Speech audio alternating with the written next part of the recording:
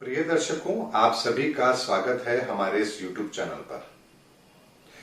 दर्शकों, हमारे एक व्यूवर ने हमें एक प्रश्न भेजा था और उनका प्रश्न थोड़ा अजीब जरूर था, लेकिन वो प्रासंगिक भी है।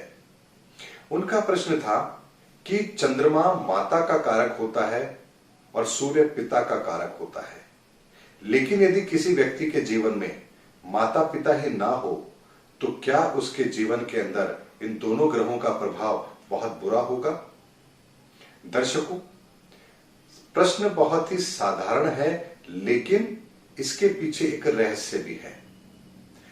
आम भाषा में जब हम बात करते हैं तो यह कहा जाता है कि चंद्रमा माता का कारक है, सूर्य पिता का कारक है, और यह बात ठीक भी है। लेकिन सूर्य ही पिता को रिप्रेजेंट करेगा या चंद्रमा ही माता को रिप्रेजेंट करेगा, ऐसा नहीं है। कुंडली के अंदर हमारा चौथा भाव यह निर्धारित करता है कि हमारे जीवन के अंदर माता का सुख कितना है, और नवम भाव हमारा यह तय करता है कि जीवन के अंदर हमारे पिता का सुख कितना है। लेकिन यदि मान लीजिए आपके माता पिता जीवित हैं और उसके बाद भी यदि चौथा भाव या नवम भाव हमारा दूषित हो तो ऐसे जातक की अपने माता पिता से बिल्कुल भी नहीं बनती है। अब यदि हम यहां पर बात करें कि यदि मान लीजिए किसी जातक के माता पिता नहीं है, तो इसका मतलब यह नहीं है कि उसका सूर्य और चंद्रमा खराब है। निश्चित तौर पर यहां पर चौथे भाव में कोई ऐसा मारक ग्रह होगा या उसकी दृष्टि होगी और उसकी महादशा चल रही होगी जिसकी वजह से आपको माता के सुख में कमी होती है, या नवम भाव में कोई ऐसा ग्रह होगा, मारक ग्रह, जो आपके पिता के सुख में कमी कर रहा होगा, या किसी मारक ग्रह की दृष्टि उस घर पर होगी और उसकी महादशा भी चल रही होगी, तभी जीवन के अंदर ऐसी परिस्थितियों का निर्माण होता है।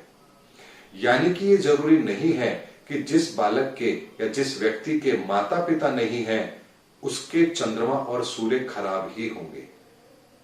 सूर्य और चंद्रमा कुंडली के अंदर जिन घरों में बैठेंगे, जिन स्थान को देखेंगे, उससे संबंधित फल वो हमें देते हैं।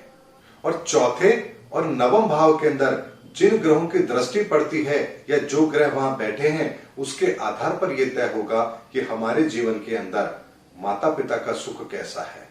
दर्शकों, एक चीज को हमेशा याद रखिए, कुछ सूत्र ऐसे होते हैं जो पर्टिकुलर किसी विशेष प्रयोजन के लिए बनाए जाते हैं, लेकिन वो हर जगह पर एप्लीकेबल नहीं होते हैं। यानी कि किसी भी कुंडली को जब तक आप पूरा एनालिसिस ना करें तब तक इस तथ्य पर ना पहुंचे कि इस ग्रह की वजह से व्यक्ति को ये परिणाम देखने को मिल रहे होंगे। जैसे स्वास्थ्य को लेकर अगर हम बात करें, छठे भाव में, आठवें भाव में यदि कोई मारक ग्रह होगा तो उससे संबंधित रोग हमें मिलेंगे, लेकिन उसके लिए कोई भी ग्रह जिम्मेदार हो सकता है। जरूरी नहीं है कि कोई भी ग्रह किसी पर्टिकुलर रोग के लिए जिम्मेदार है। हाँ, इतना जरूर है कि उसके छठे या आठवें भाव में होने पर उस ग्रह से संबंधित रोग होने की संभावना प्रबल हो जाती है, लेकिन रोग होने की संभावना किसी भी ग्रह से हो सकती है। ऐसे में यदि हमें यह देखना है कि कौन सा स्थायी रोग इस व्यक्ति को लगेगा, तो यहां पर हम छठे या आठवें भाव से विचार करते हैं कि व्यक्ति को कौन सा ग्रह प्रभावित कर रहा है और छठे आठवें भाव के अंदर कौन सा ग्रह उसको रोग देने की ताकत रखता है और उस ग्रह से संबंधित कौन से रोग बनते हैं। तभी आप सही तरह से निर्णय ले पाएंगे कि व्यक्ति को जीवन के अंदर स्वास्थ्य से संबंधित परेशानी आएगी तो किस तरीके से आएगी। दर्शकों, हमेशा एक चीज को याद रखिए, जीवन के अंदर जो घटनाएं भी हमारे घटित होती हैं उसके पीछे कहीं ना कहीं ग्रहों का कारण तो अवश्य होता है। बिना ग्रहों के प्रभाव के जीवन में कभी कोई बड़ी घटना घटित होती ही नहीं है। और गोचर के अंदर भी और कुंडलियों के अंदर भी बहुत कम ऐसी कुंडलियां होती हैं जिनके अंदर कोई बड़े विशेष कारण बनते हैं। तभी आप देखिए, बहुत बड़ा वर्ग अपने जीवन के अंदर पूरे जीवन को बहुत ही साधारण तरीके से जी करके व्यतीत करता है, और बहुत कम लोग होते हैं जिनके जीवन के अंदर कोई बहुत बड़े नेगेटिव या पॉजिटिव परिवर्तन आते हैं। ये सिर्फ और सिर्फ ग्रहों के कारण से होता है। यदि आपकी कुंडली के अंदर कोई ग्रह ऐसा है जो बहुत बड़े परिवर्तन लाने की ताकत रखता है या जिसकी वजह से आपके जीवन के अंदर कोई पॉजिटिव या नेगेटिव रिजल्ट आपको मिलेगा, तो ही आपको जीवन के अंदर उन चीजों की अनुभूति होती है और आप ये महसूस करते हैं कि हाँ, मेरे जीवन के अंदर अब समय कष्टपूर्ण है या बहुत सुखद है। दर्शकों, इसीलिए एक चीज को हमेशा याद रखना चाहिए कि किसी पर्टिकुलर प्लेनेट को लेकर के कोई एक धारणा हमें कभी नहीं बनानी चाहिए कि यदि चंद्रमा खराब है तो माता का सुख कम होगा या सूर्य खराब है तो पिता का सुख कम होगा। ये नियम हर कुंडली पर लागू नहीं होता है।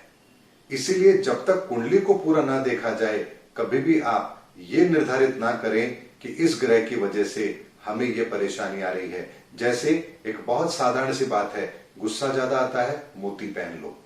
लेकिन यदि चंद्रमा मारक हुआ और फिर आपने यदि मोती पहना तो क्या हाल होगा आपका, ये आप सब लोग अच्छी तरह से जानते हैं।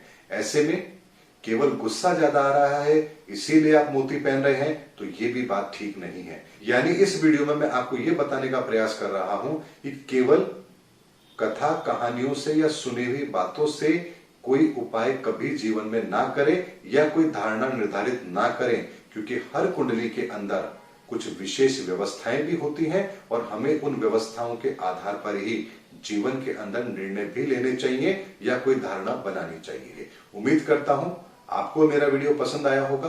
अगले वीडियो में फिर आपसे मुलाकात होगी। तब तक हमारे चैनल पर बने रहिए। जय हिंद, जय भारत।